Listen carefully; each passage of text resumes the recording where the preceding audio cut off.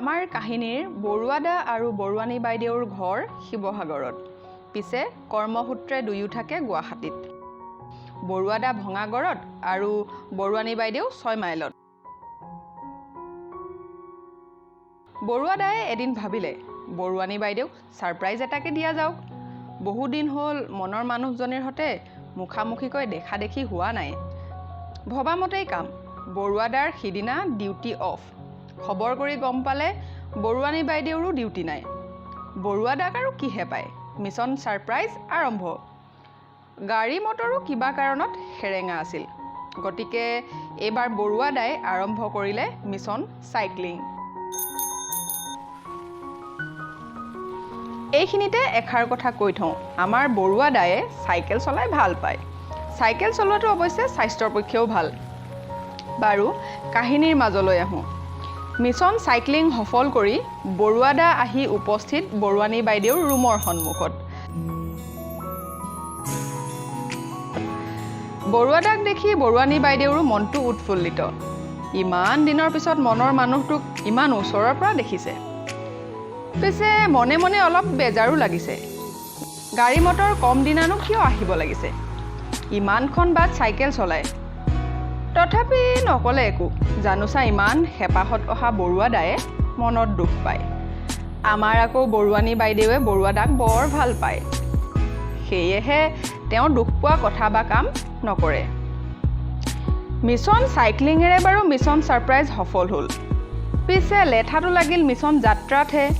বৰুৱাদায়ে বোলে উঠ চাইকেলতে ফুৰি আহোঁ এপাক। বৰুৱানী বাইদেৱে নামানে। বৰুৱাদাৰ মতে চাইকেলত উঠিব লাগে, পিছে বৰুৱানী বাইদেৱে নুঠে। এবাৰত বৰুৱাদায়ে বোলে উঠিলে উঠ, নহ'লে ইয়াতে হুলস্থুল কৰি দিম। শেষত উপায় নাপায় উঠিল বৰুৱানী বাইদেউ। হুলস্থুল হোৱাতকৈ মনৰ মানুহটোৰ লগত এপাক ঘূৰি অহাই ভাল বুলি। বৰুৱাদাৰ মনটো ভাল লাগি গ'ল। যিমান যি হ'লেও মনৰ মানুহজনী যে আহিল লগত। বাটত বৰুৱাদায়ে সুধিলে, বৰুৱানী, প্ৰথমে কিয় উঠা নাছিলা? লাজত নে ভয়ত? বৰুৱানী বাইদেৱে যিটো উত্তৰ দিলে, বৰুৱাৰ কলিজাত বৰুৱানীলৈ মৰম আৰু অলপ বাঢ়িহে আহিল। আমাৰ বৰুৱানীয়ে কি ক'লে জানে? মই লাজ ভয় একো কৰা নাই।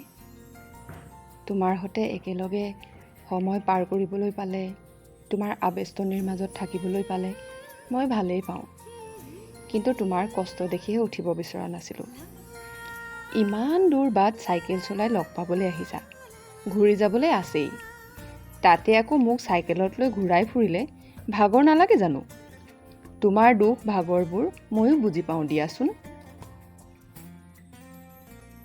বৰুৱাদাই বোলে মৰতি, সেইকাৰণে চাগে ভাল নাপাওঁ বুলিও তোক ভাল পালোঁ। মৰমবোৰ এনেকৈয়ে বৈ থাকক অনাদি অনন্ত কাললৈ, হৃদয়ৰ পৰা হৃদয়লৈ, প্ৰিয়জনৰ কাষত সদায় প্ৰিয়জন হৈ, আপোনজনৰ মৰমত আশাবোৰ লৈ, হেঁপাহৰ ভৰসাত সপোনবোৰ গধুৰ গধুৰ যেন লগা বাস্তৱক পলকতে মধুৰ কৰি, এনেকৈয়ে বৈ থাকক মৰমবোৰ অনাদি অনন্ত কাললৈ।